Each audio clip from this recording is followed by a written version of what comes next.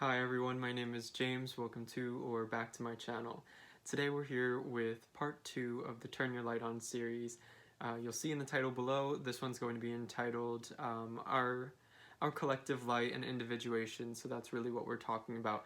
And this is really more so a discussion of, based on a little bit of my musings in the last one, our relationship with ourself and being an individual in life in a more grand sense and being part of a collective or the group, I guess you could say, depending on how you think of it. I know a lot of us use the terms of like use the terms collective unconscious or like the collective to kind of I think of that as a little bit more of a spiritual way of looking at it, almost energetically, or though there is something that's like unseen connecting us all.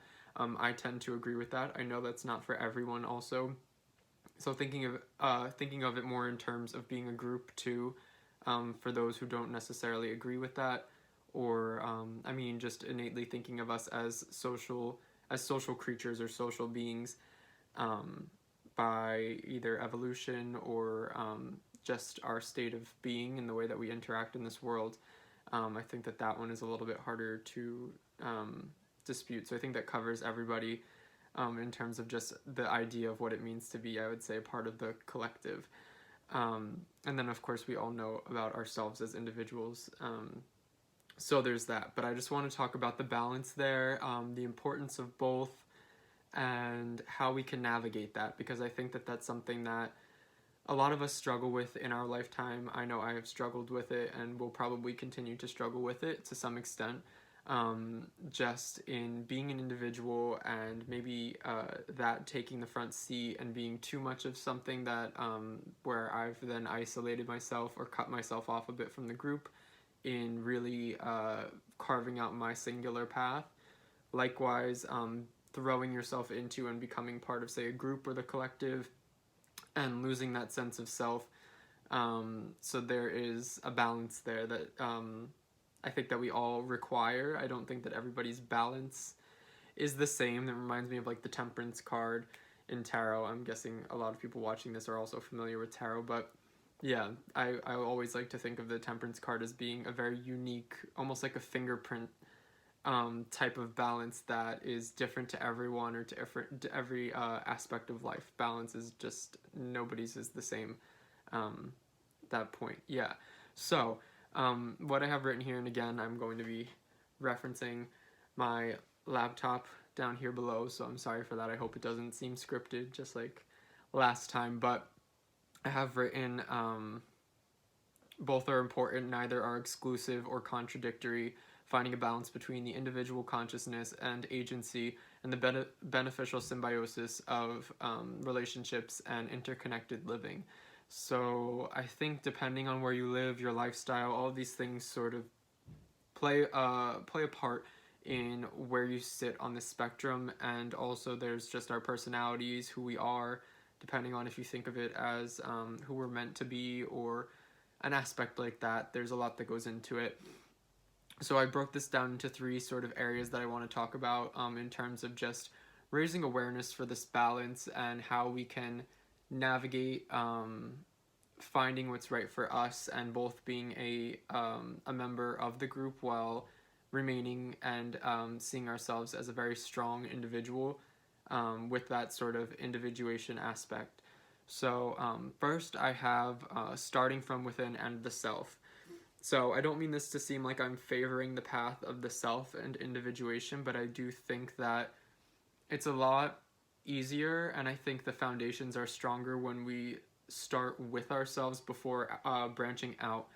The group is big, it's massive, it's like an ocean, and we are our own individual wave. Or it's like the sun, and we're our own beam of light. So focusing on that one thing first is a lot easier than getting lost and really scattered within the immensity that comes with a group. So having a strong sense of self and foundation there, I think, is important, and it kind of sets us up to see where we fit within the group. So we know, what do I have written here?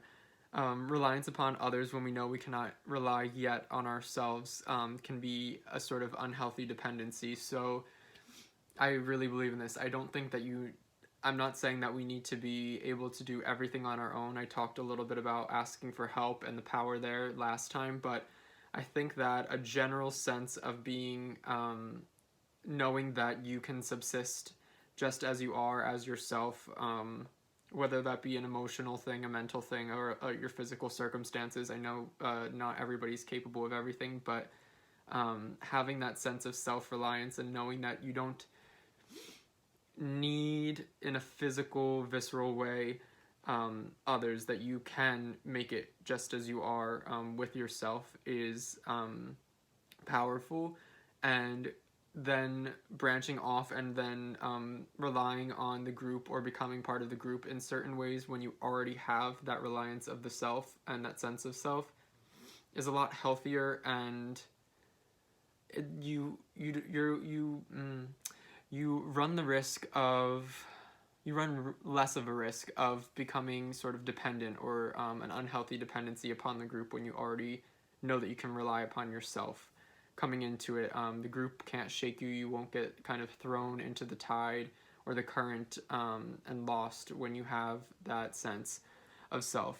I'm sorry for noise. I think there are people downstairs, so bear with me with that. But so start bolstering your own being and light before enhancing your own and others through contributing to the collective. So we would hope that in being part of the collective or the group that you are bringing something to the table. And I think a great way of even knowing what it is that you are bringing to the table or can bring to them as a beneficial aspect is through knowing yourself. The things that you're good at, the things that you enjoy, the roles that you find yourself drawn towards just for yourself are generally going to be the ones that you can contribute to the group. If you are somebody who loves working with their hands and creating, maybe you're an artist or sculptor, maybe it's a little bit more of like a carpenter type profession, or you're really good with engineering.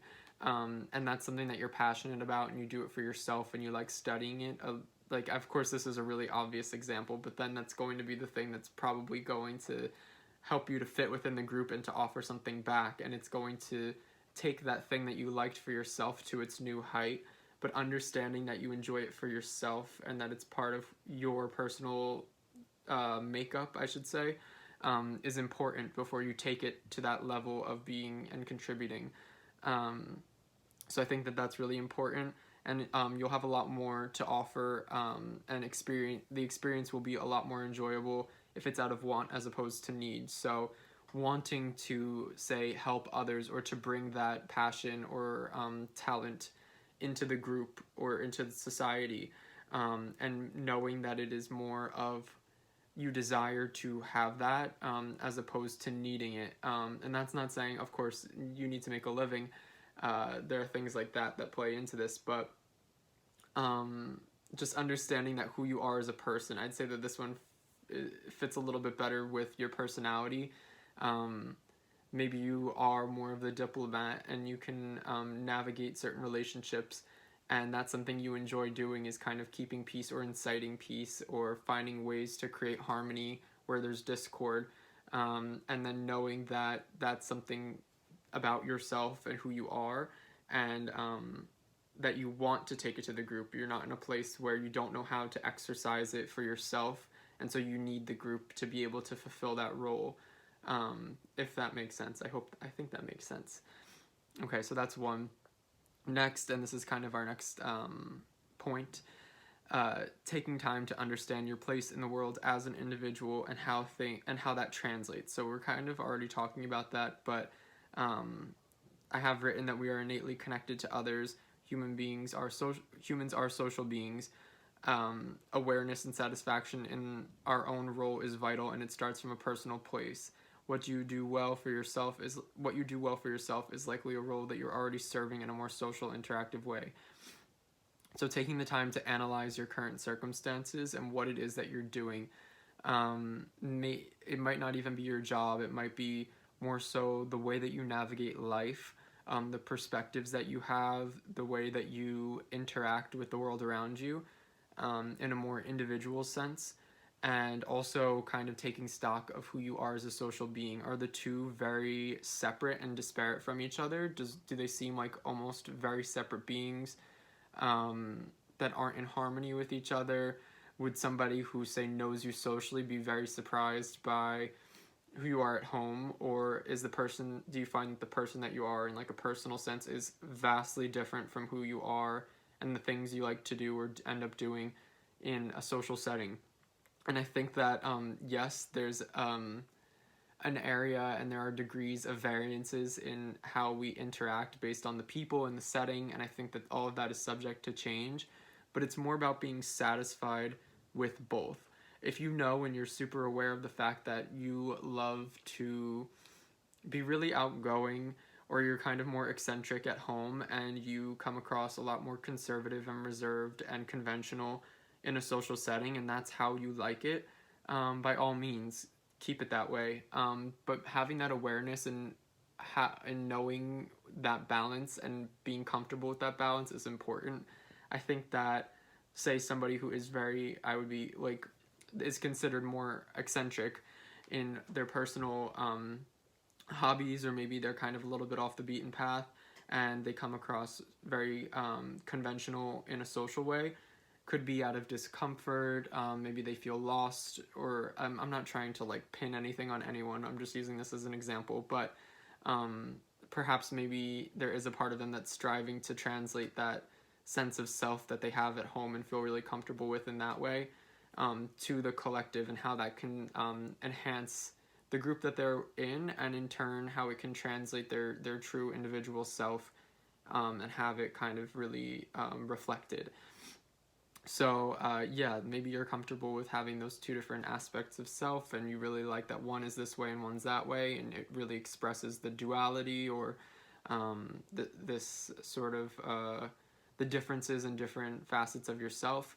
But maybe it is something that is more so done because you aren't comfortable yet in your personal individual self, so that it's not really translating so well to the social sphere, or you haven't really figured out how you can fit within that paradigm.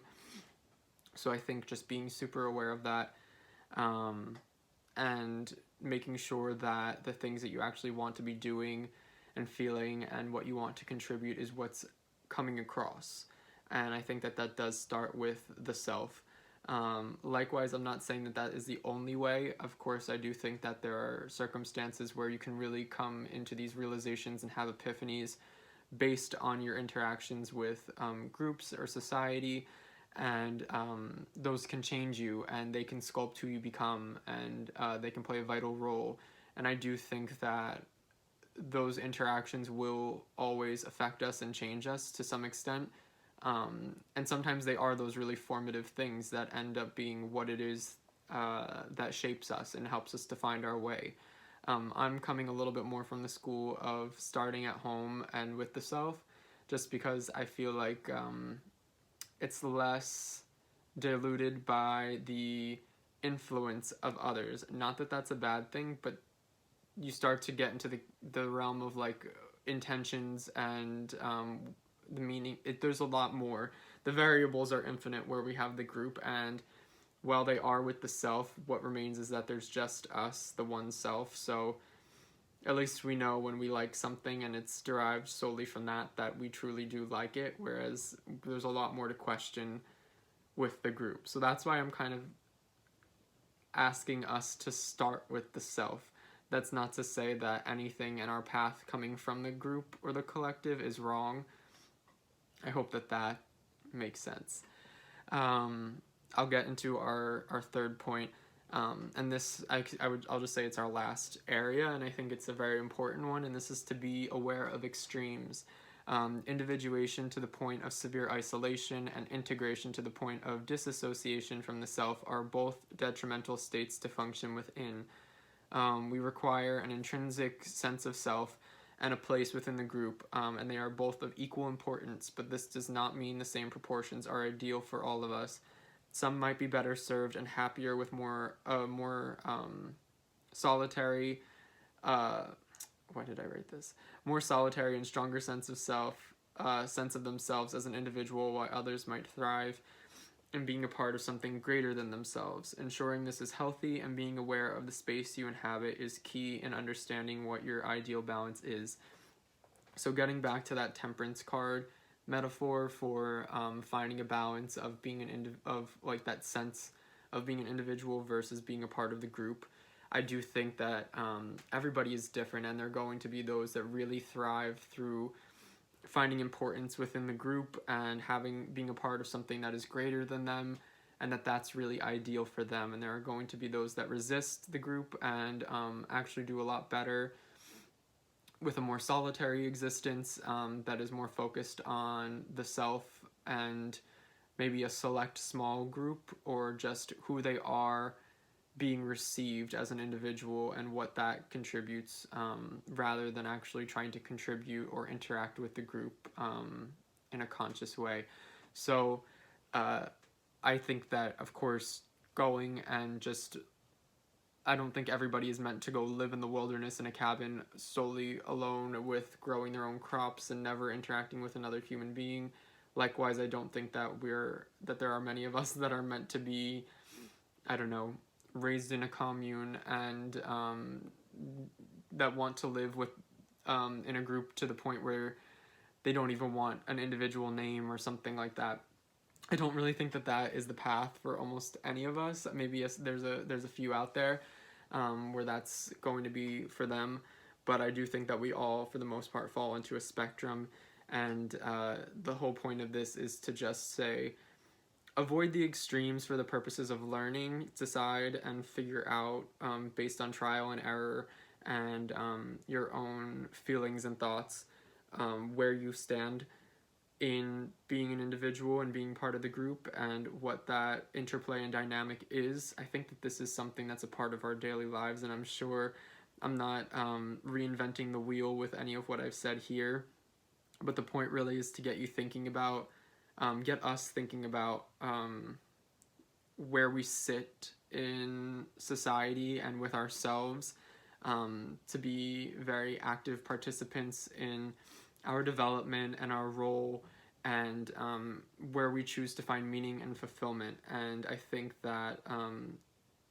seeing ourselves as individuals and knowing that we are part of a group just in being human is, it can be complicated, it can be intimidating, it can be scary, it can create a lot of confusion and gray area, and there can be a lot of discord there when there isn't a balance, or where we're not so aware of where we sit and stand. So that was mostly the point, to just get us thinking about these things, and to hopefully create stronger relationships that are more authentic with ourselves and others, so that we can find that balance for ourselves and not have it be something that is just created or that we fall into and aren't happy with. So I hope that this was helpful in some way. This was part 2, and it's mostly spurred on from a small bit of what part 1 was about, or maybe even a sentence or two what I mentioned in part 1. But yeah, stay tuned for blog posts, which I hope to have up within the week. I really want those maybe to be a little bit more interactive, so we shall see. Maybe I'll even put a little thing about that. Anyway, until next time, guys, I hope you all are doing well. Bye.